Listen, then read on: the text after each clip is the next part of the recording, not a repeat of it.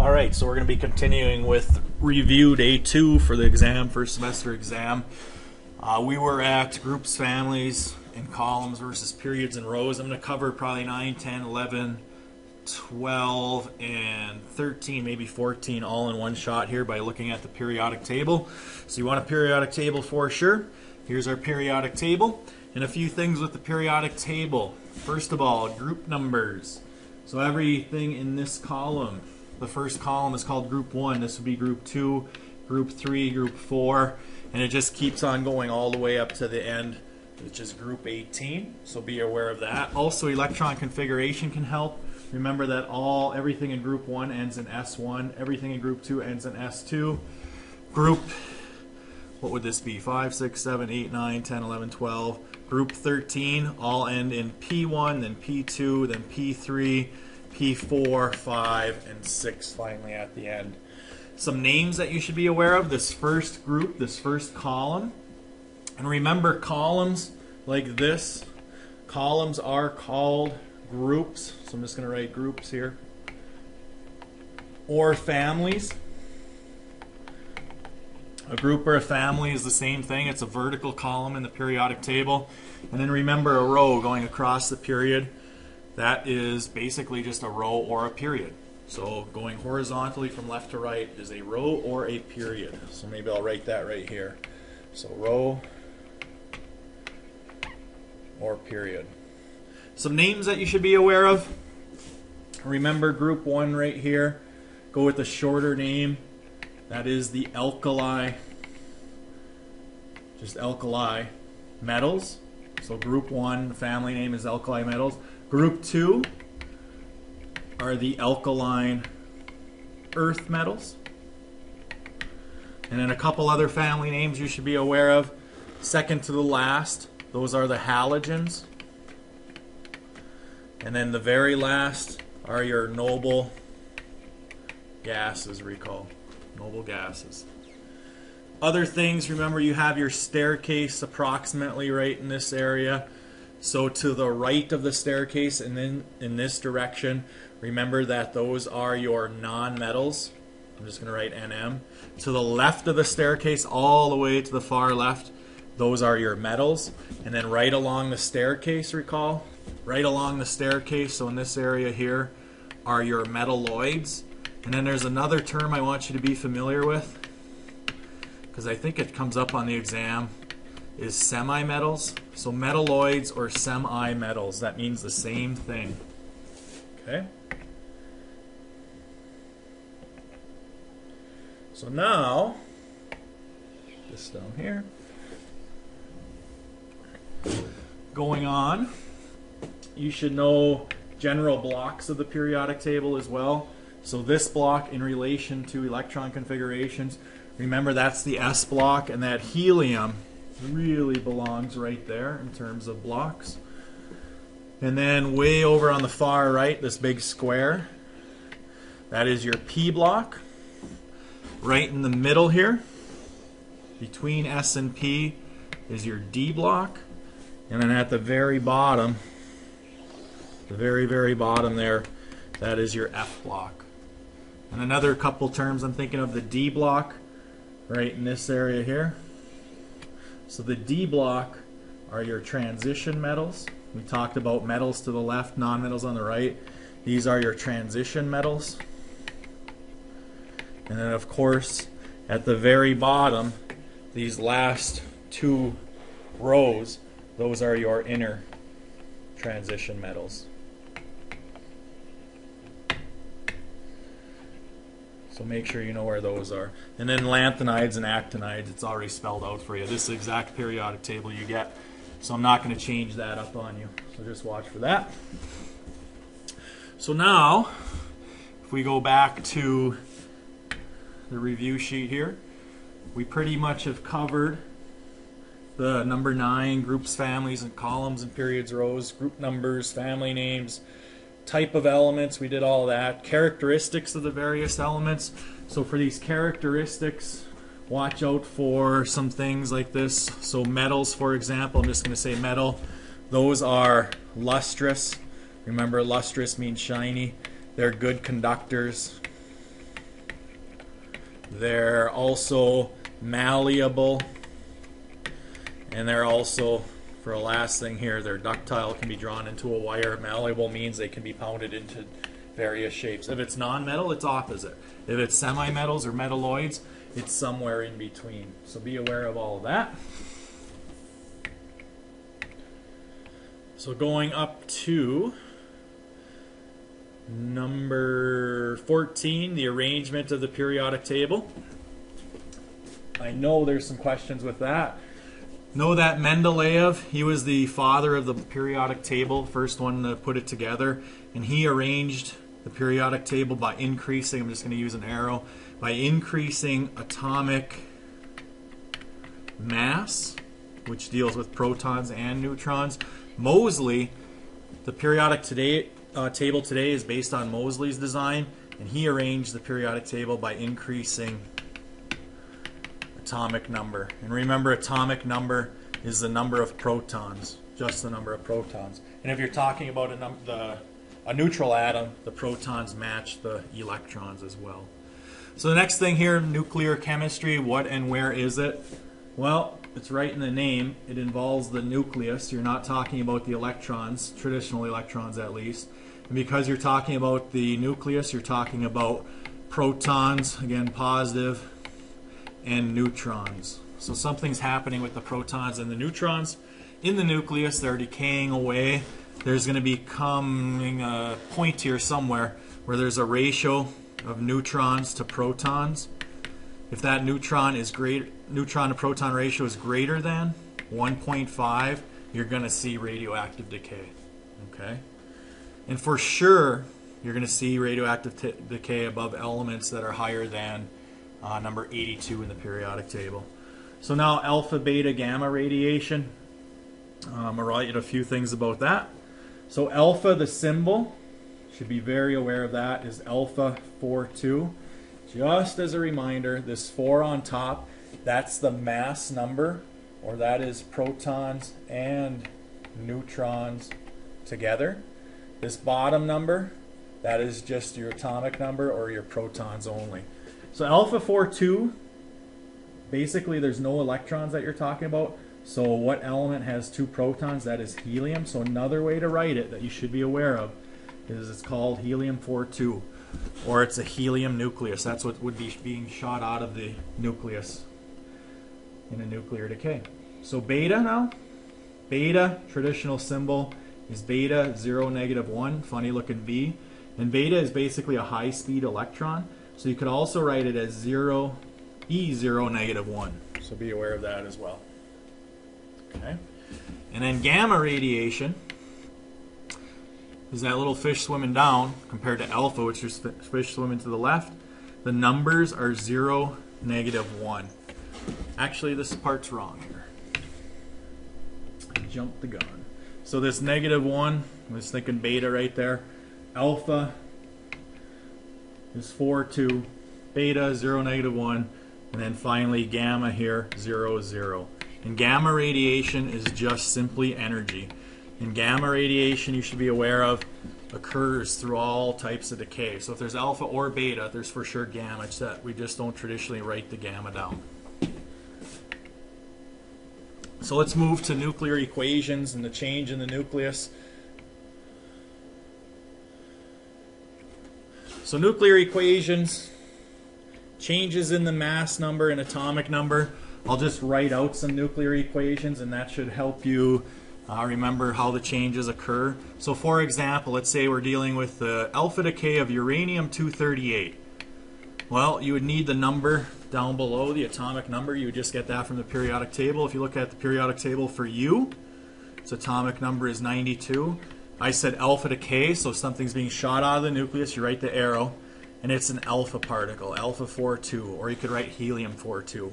Plus, what's left on top? 4 was shot out, so there's 234 left. On the bottom, 2 were shot out, so there's 90 left. And then that new element you should be able to get from the periodic table, and it is TH. TH. So what I might give you is this first part, say, in a problem, and then you have to fill in this box, or I might give you this part only, say it's alpha 4-2 decay, how does the atomic number change? The atomic number decreases by 2. How does the mass number change? The mass number decreases by 4. So be aware of that. And then a beta decay, I'll just take what we just had, the thorium as our product, thorium-234, 90, going to, or shooting out a beta particle, beta 0, -1, plus what's left, 234 minus 0 on top is 234. 90 minus -1 here on the bottom is 91. Okay, you don't have to put this line here, I just separate it a bit. So 234, 91, and then 91 would be Pa, protactinium.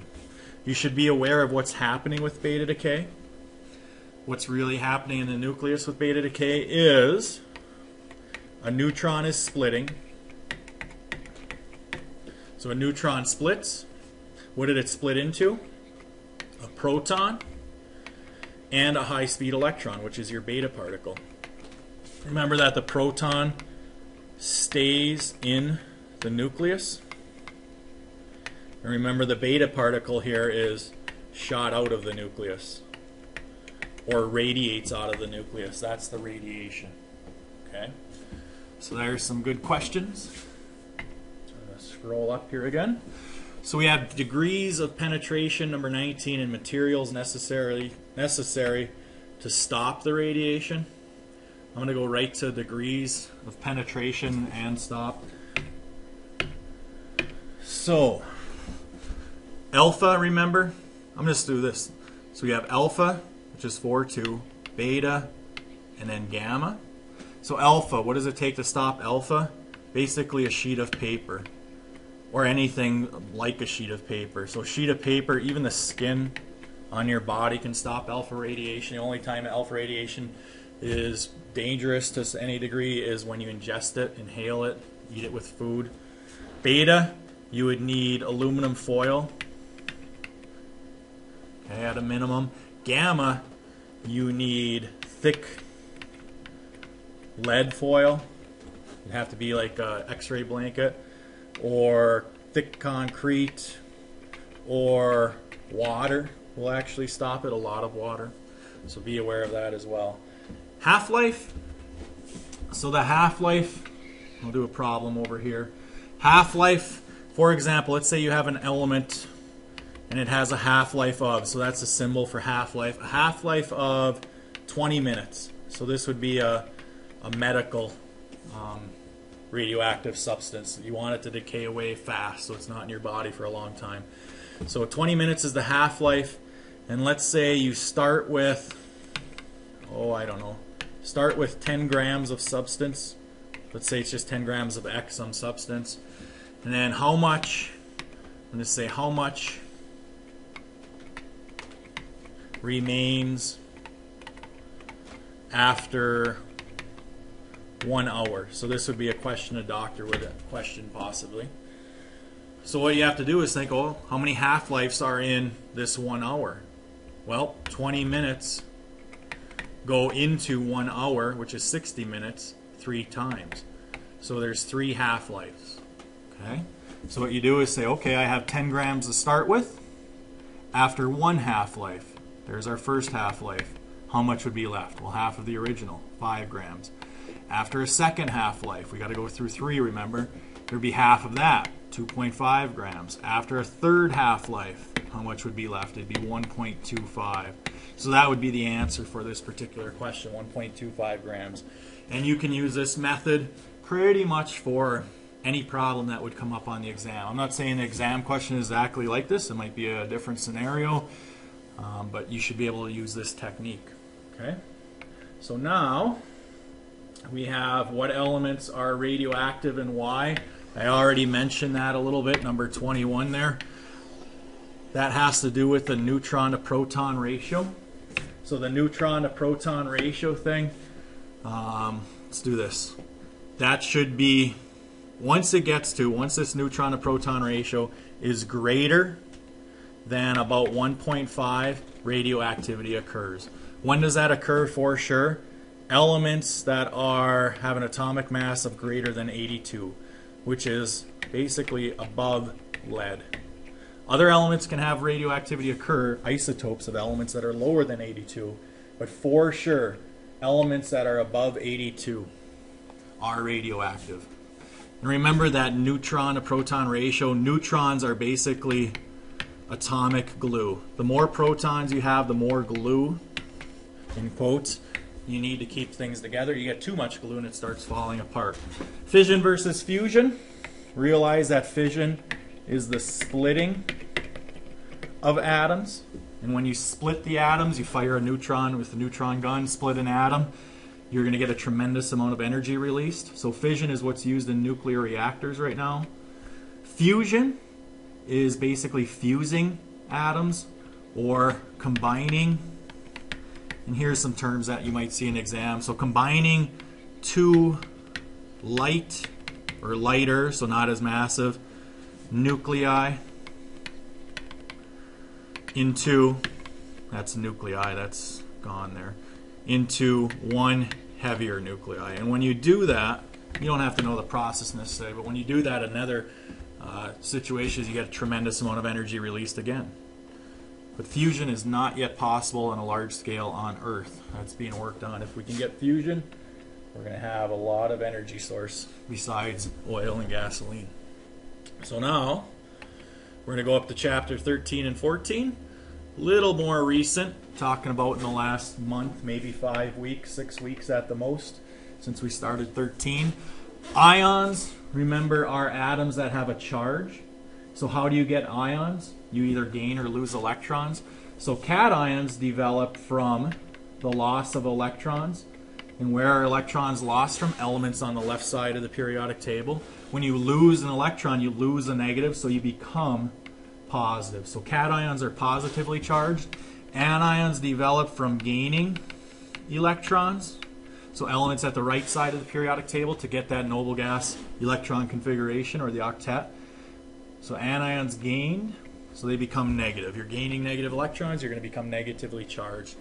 Ionic bonding versus ionic compounds. Just know that ionic bonding will involve most often a metal, because it lost electrons, so it's a metal cation, bonded to a non-metal, and I'll just use M and Mn. So Nm, the non-metal, would be negative. And that is an electrostatic attraction. One thing lost electrons, one thing gained, or there's a transfer of electrons. That might be a good note to write. Ionic bonding involves complete transfer of electrons, complete charges, and then you get an ionic compound. And an ionic compound is represented by a formula unit, and the definition for formula unit is basically simplest whole number ratio of ions in a compound, in an ionic compound particularly, of course. So for example, NaCl, that's a formula unit where you have 1 sodium to 1 chlorine. Okay? So 1 chlorine, 1 sodium. Or, for example, let's say you have calcium wanting to bind with chlorine. So calcium is definitely a metal on the left side of the periodic table. Chlorine is a non-metal. You should be able to find charges for each. Calcium element number 20, looking at the periodic table, it would lose electrons, 2 of them, so it'd be left with a 2+ charge. Chlorine would gain electrons, number 17 goes to 18. It'd be 1 negative charge. So how many of each element do you need? Well, for every 1 calcium to balance out this 2+, you need 2 chlorines to get 2 negative charges. So the formula unit would be CaCl2. So you should be able to get simple formula units like that. And in charge of ions of various groups, probably should pull up the periodic table here. So looking at charges of ions, go ahead and look at your periodic table. The periodic table on the wall will not be up there during the exam, unless I forget to take it down, which shouldn't happen. But so looking at periodic table again, and charges. So remember on the left side, so right here, tend to lose electrons. These are all S1. They lose that S1 electron and become all 1+ charges. Everything in this whole column would have a 1+ charge as an ion. Everything in the second column, for example, calcium. it's element 20. It would have to gain, to go from 20 to 36, it would have to gain 16 electrons, or lose 1 would be like 19, and then lose 2 would end up being like argon, and it would have its noble gas electron configuration, or 8 valence electrons, or an octet. So calcium would lose 2 electrons. You lose 2 negatives, you're left with a 2 plus charge. In the middle here, no charges that you have to be aware of at this point. Boron and aluminum and maybe gallium, they would lose 3 electrons, so it would be 3 plus. This column is a gain 4 or lose 4. Don't worry about it. They don't gain or lose traditionally. So they're going to be involved in covalent bonding. Nitrogen could gain 1, 2, 3 to be like neon. So that would be a 3 minus charge. Oxygen would gain 1, 2 to be like neon. So these would all be 2 minus charges. All these in the second to last column would be 1 minus.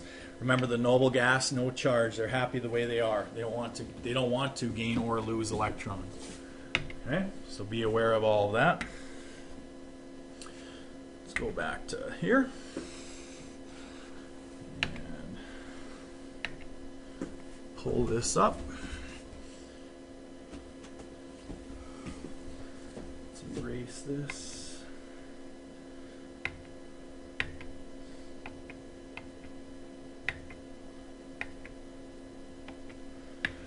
Erase all this, get all this out of here.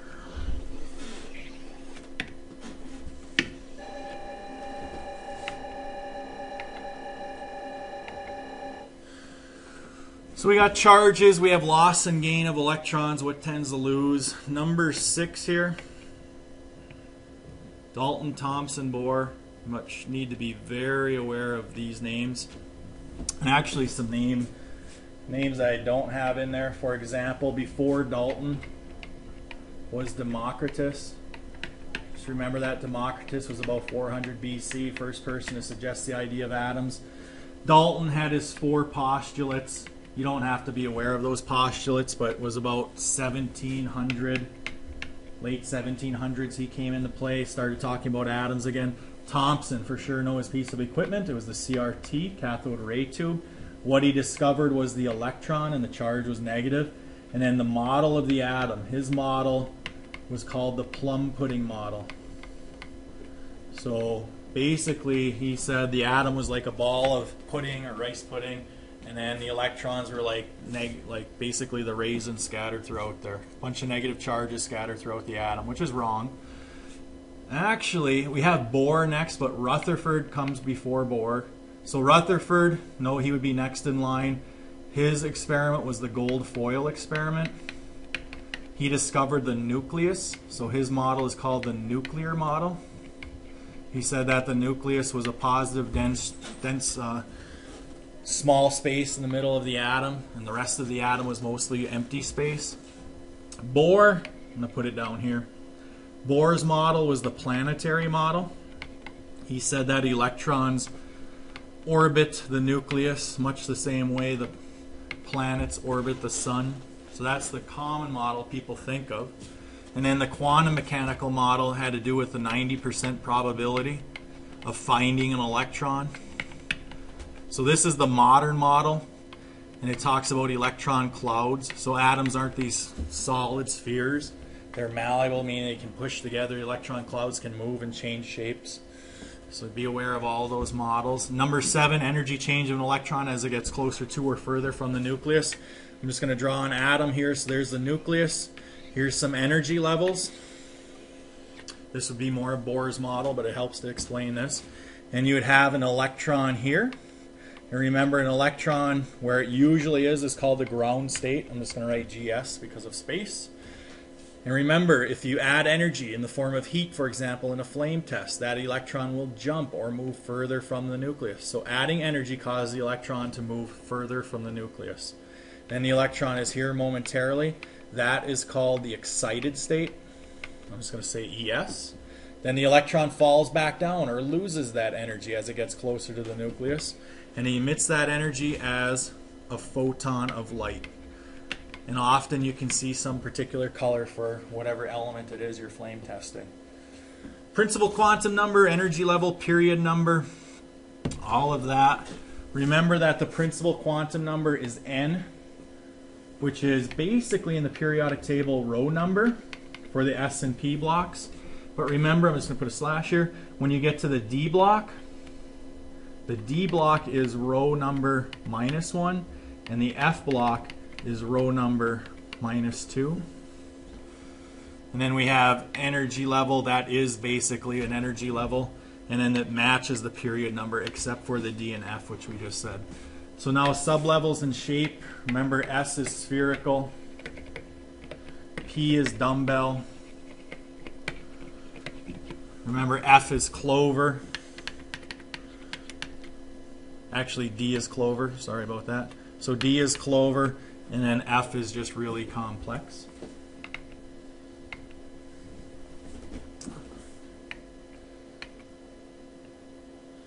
So now, going on with number 9 and 10, it says number of orbitals and electrons within a sublevel, and etc. So I want to talk about that. Something that you should definitely write on your exam when you get it. And you get to write on the exam. You can cross question or at least answers off. Do your work on the exam. You can write on your periodic table. But we wrote this before, SPDF. Remember the SPDF thing, those are sublevels. And then we also said 1, 3, 5, 7.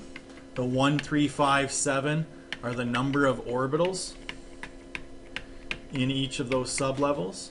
And then we went down here and we said 2, 6, 10, 14. Those are a number of electrons in the particular sublevels. So where are these numbers coming from? A good note to make is that how many electrons fit into any one orbital? It's 2 electrons per orbital. So the S, for example, has 1 orbital, 2 electrons go in there. The P, there's 3 orbitals, 2 in each gives you 6 electrons. 5 orbitals, 2 in each gives you 10 electrons. 7 orbitals, 2 in each gives you 14. So that's a very useful tool. 11, the types of orbitals, sublevels, and the various principal energy levels. All that's referring to is, let's say you have electron configuration of some element, but it always starts out the same. 1s2, 2s2, 2p6, 3s2, 3p6, 4s2 is how it goes. So I could say in the first energy level, how many electrons are possible? Well, there's only one first energy level. So you can only have an S sublevel, and you can only fit 2 electrons in the S sublevel of the first energy level. Well, what about n equals 2, the second energy level? Well, here's your 2's. So what sublevels are possible? S and P. How many total electrons in the second energy level? 2 and 6 is a total of 8. So you could just keep on doing that. Number 12, lower versus higher energy levels. Just the numbers. So 4 is a higher energy level than 3, for example. 13, paired versus unpaired electrons. So for example, what I'm talking about there is, let's say you have oxygen and you write the electron configuration for it, which is 1s2, 2s2, 2p4. And I'm looking at the 2p level in particular. So P has 3 orbitals, or before we would draw 3 boxes. So where do those 4 electrons go in the P sublevel? Well, 1 electron goes in the first orbital, then a second in the second orbital, third, then finally the fourth. So that's how electrons go into orbitals. The first 2 here are considered paired, and then you have 2 unpaired electrons. So whose rule are we following by putting 1 electron per orbital first? That is Hund's rule. So you want to be aware of Hund's rule. Who says that you put electrons in lowest energy levels first? That is the Aufbau principle. So be aware of the word Aufbau. And then which says that there's 2 electrons per orbital, which is that? That is the Pauli exclusion. So I'm just going to write Pauli, but Pauli exclusion principle. Okay. Number 14, outermost energy level contains valence electrons. You should be aware of that by now. So the highest energy level, for example, the 4s2, has 2 valence electrons. If they're not valence electrons, they are considered to be core electrons. They're buried in lower energy levels. So 15, SPDF, blocks of the elements in the periodic table. We talked about that already. 16, electron configurations of atoms and ions. We'll spend just a little bit more on that. So let's say we want the fluorine atom. Its electron configuration. 1s2, 2s2, 2p5 is how it ends. Well, what if it's a fluorine ion? Now you call it fluoride. So element number 9 wants to be like 10, it would gain 1 electron, so it would be F1 minus. So then you're basically writing the electron configuration for the pseudo-noble gas, which is it's like neon. I'm just going to put in quotes because it's like neon. So you'd write 1s2, 2s2, 2p6. So there's that one more electron. Okay. So now, as far as abbreviated electron configurations, I'll just show these same ones. So if it's fluorine, I'll go right here. You write the noble gas before fluorine, which is helium. And then you finish up after helium, which is 2s2, 2p5. If it's a fluorine ion, fluoride now it's called, it's just one simple step here, be 2s2, 2p6. A couple things to watch out for. What would have electron configurations different from what you would expect? Remember chromium and copper. Watch out for those two. Okay? So chromium, for example, its abbreviated electron configuration. Element before it is argon. So you'd write argon. And then after that comes 4s2, 3d4. Remember that one electron goes here, so it's really 4s1, 3d5. And copper, you'd expect 4s2, 3d9. It's really 4s1, 3d10. So watch out for those two. There they are on the exam. Talked about Aufbau, Hund's rule, Pauli exclusion. The electromagnetic spectrum. Remember Roy G. Biv. So we'll go right here.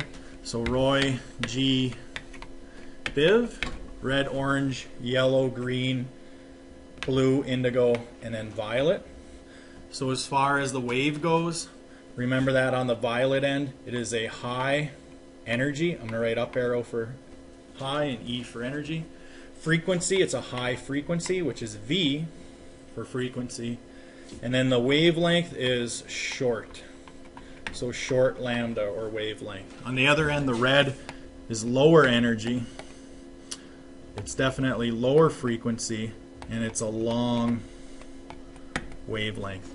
And then you should be aware of where is IR. So this region is the visible spectrum. IR would be over here. Microwave is probably another one you should be aware of. Ultraviolet would be beyond violet. So ultraviolet. Gamma is super high energy, so it's up here somewhere. So be aware of that. And then the speed of electromagnetic radiation. And also Heisenberg's certainty principle there. Number 20. We did 21, the speed of electromagnetic radiation. It's constant, remember? Speed of light in a vacuum is how we talked about it, and it has a symbol. So the speed of light is no matter what color, even if it's UV or IR, its speed is constant at 3.00 times 10 to the 8th meters per second in a vacuum. So they all travel at the same speed. Okay. Heisenberg uncertainty principle, cross that out. I know that's not on the exam this year. Parts of the electromagnetic wave. Remember you have an origin, so there's the origin. And then you have the wave itself. And then from point of origin in one complete cycle to point of origin, that is wavelength. Okay. Amplitude would be crest to origin, origin to crest, or origin to trough. Frequency. Frequency is how many cycles there are of the wave. So here's one cycle. How many cycles there are per second, which you could measure in hertz, which when you get in problems like 24 and 25, remember to write it as per second so that units will cancel out better. So these equations, 24, 25, I'll give you. Make sure you know what they mean. So this E part is energy, if you're calculating energy.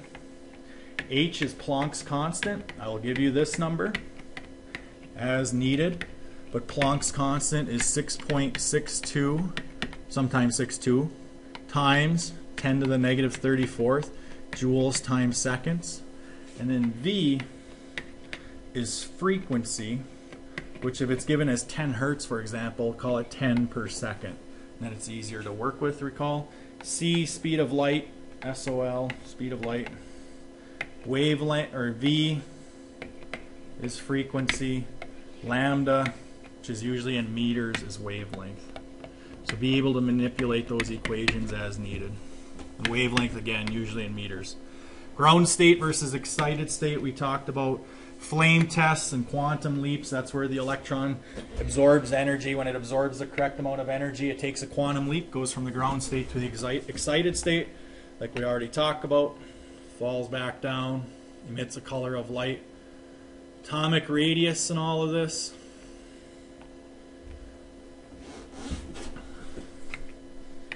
So atomic radius, electronegativity, ionization energy. I'm just going to do this. I would draw this on your test or exam. Here's the periodic table. There's some general trends as you go left to right across a period, or bottom to top up a group, the way I have it drawn here at least. So atomic radius, I'll call it AR. Remember, if you go down a group, if you're going down a group, the radius generally increases, gets bigger, more energy level. So I have it going up, so the atomic radius would decrease. So going across, it does get smaller in the same period, but going up, it decreases. So that's what we have there. And then the electronegativity you can think of as how bad an atom wants electrons, like nitrogen, oxygen, the halogens, they all want to gain electrons. They have a high electronegativity. On the left side, lithium, sodium, potassium, the alkali and the alkaline earth metals, they want to lose electrons, so they have a low IE or ionization energy. So left to right and bottom to top, ionization energy we'll go with first. Decrease or increases. Amount of energy required to remove an electron. Electronegativity, I'll just say EN for lack of a better abbreviation. Electronegativity, left to right and up. Electronegativity increases. The atoms to the right and up want those electrons bad.